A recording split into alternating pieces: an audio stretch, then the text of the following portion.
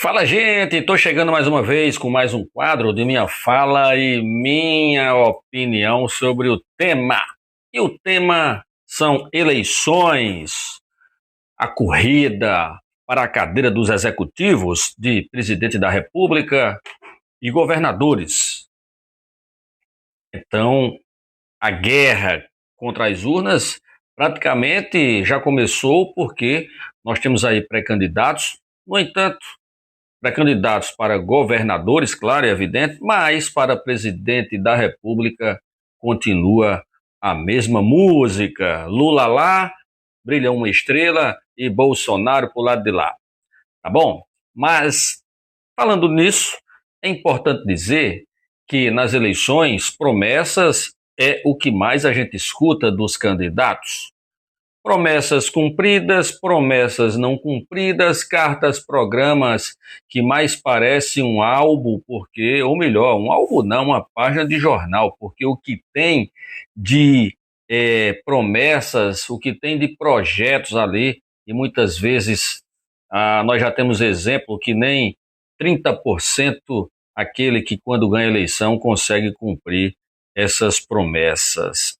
Então o candidato à presidência da República trará na ponta da língua tudo isso e esse discurso, e você tem que saber desmistificar.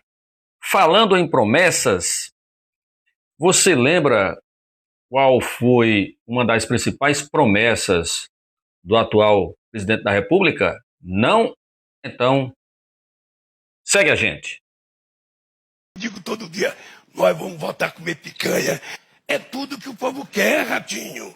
O povo gosta de coisa boa, cara. Prometeu cerveja e picanha, mas é que as pessoas no dia a dia comprem essa arroz. Veja, nós estamos discutindo um monte de coisa. Agora vamos discutir, por exemplo, os empresários querem que você isente toda a carne. Eu acho que a gente tem que mediar. Você tem carne que é consumida só por gente de padrão alto e você tem a carne que o povo consome. Então, você pode fazer a separação. Carne de frango, você não vai taxar frango. Carne de frango é o que o povo come, sabe? Todo dia, pé de frango, pescoço de frango, peito de frango. Então, a gente tem um... Muito bem. Gostou do material? Tem mais, hein? Olha só, um belo dia, um seguidor, um cara que eu gosto demais, vou aqui até manter em sigilo o nome dele, me fez a seguinte pergunta: por que que você só fala do presidente Lula? E eu disse assim para ele: eu não falo do presidente Lula, eu trago temáticas, assuntos referentes ao atual presidente que está em ascensão, que está no poder. Assim, quando o Bolsonaro estava no poder, que todo mundo falava, a imprensa, ele nem está mais no poder e não sai da boca da oposição. Imagine se ele tivesse aí à solta, mas ele está com um Wi-Fi de canela em casa e aí ainda vira tema da esquerda, de senadores da esquerda, deputados federais, Lindenberg Farias, que olha para um lado para outro, não tem o que falar, pô, é Bolsonaro. E aí, eu sempre gosto de trazer o passado. Então, trago para você agora mais um passado de Luiz Inácio Lula da Silva. Já falamos sobre isso, sobre CPMI, mas aí é uma outra fala em um outro programa que assim ele esteve lá no passado. Você deve lembrar, não? Então, presta atenção no que vem por aí. Eu sou favorável à CPI, Serginho, porque a CPI é um instrumento institucional, portanto legal, para você apurar falcatruas. O Fernando Henrique Cardoso, quando não era presidente, ele dizia assim: quem não deve, não teme. Portanto, vamos instalar a CPI, porque se o presidente for inocente, ele então vai ganhar um atestado de idoneidade do Congresso Nacional. Isso ele dizia 3 anos atrás. Agora que ele é o presidente, ele adota político dedando que se recebe e fala assim: CPI vai atrapalhar o Brasil, CPI vai fazer isso, CPI não atrapalha o Brasil. A CPI é uma coisa importante para o Brasil. Acho que ao invés de criar as dificuldades que o presidente está criando, era melhor criar as facilidades para que ela se instalasse e funcionasse corretamente. E se está com medo da CPI, é porque, quem sabe, tenha o rabo preso. E diz o ditado: se você não construiu nada em sua vida, você não tem passado.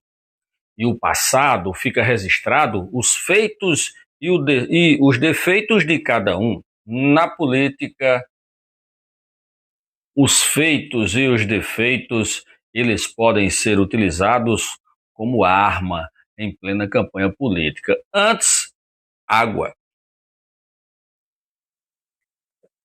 E aí o que eu quero dizer com isso? A internet é um lugar onde você consegue encontrar várias coisas. Será por isso que queriam cessar esse direito e deixar a internet controlada, vigiada? Se é que não está, tá bom? E aí, eu mostrei agora para você mais um passado que está aí nas redes sociais para você assistir quando quiser. Agora eu vou falar de sigilo nas contas públicas. Uma outra promessa do atual presidente quando era candidato, ou seja, não haveria de forma alguma sigilo nas contas públicas e nas despesas que até então, na época, enquanto candidato, Luiz Inácio Lula da Silva dizia. No entanto, ao longo do mandato, o discurso mudou. E você lembra o que ele dizia naquela época? Preste atenção. Olha só o que Lula dizia em 2022. Meus amigos e minhas amigas, não haverá sigilo nas contas públicas. Não haverá sigilo de 100 anos, nem de 10 anos, nem de um dia. E o portal da transparência voltará a funcionar, companheira Dilma.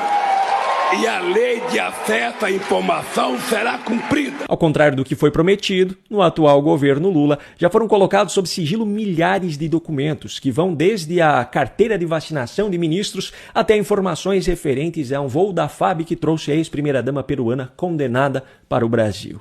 Agora, uma coisa é certa, ninguém pode dizer que Lula já não avisou que as suas falas não são nem um pouco confiáveis. Em 2014, ele contou isso ainda em tom de deboche.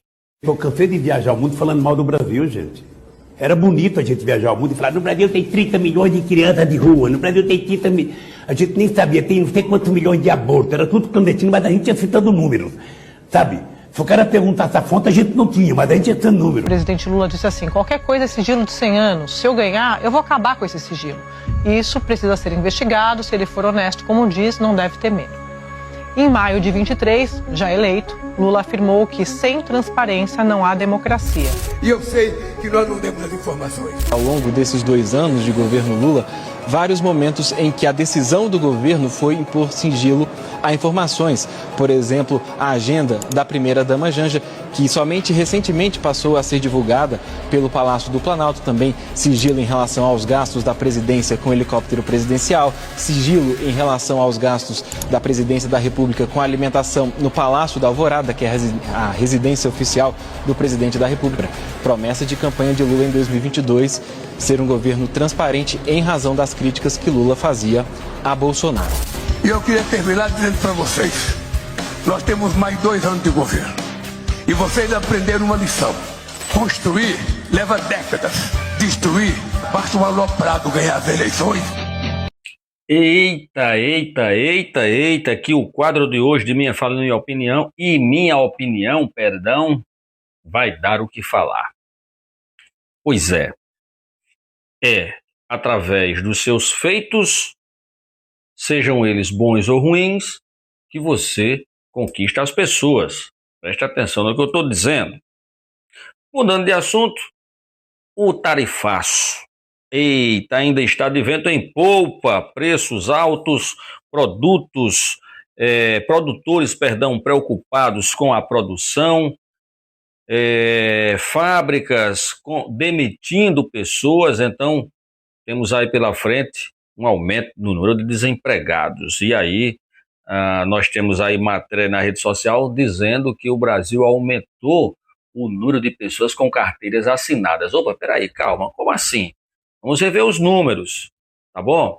Então, segundo consta, a matéria falando que, e muita gente da direita também, que o IBGE contabilizou também até as pessoas do Bolsa Família, que isso é um erro, que ali não é emprego, ali não é geração de renda, ali é programa social.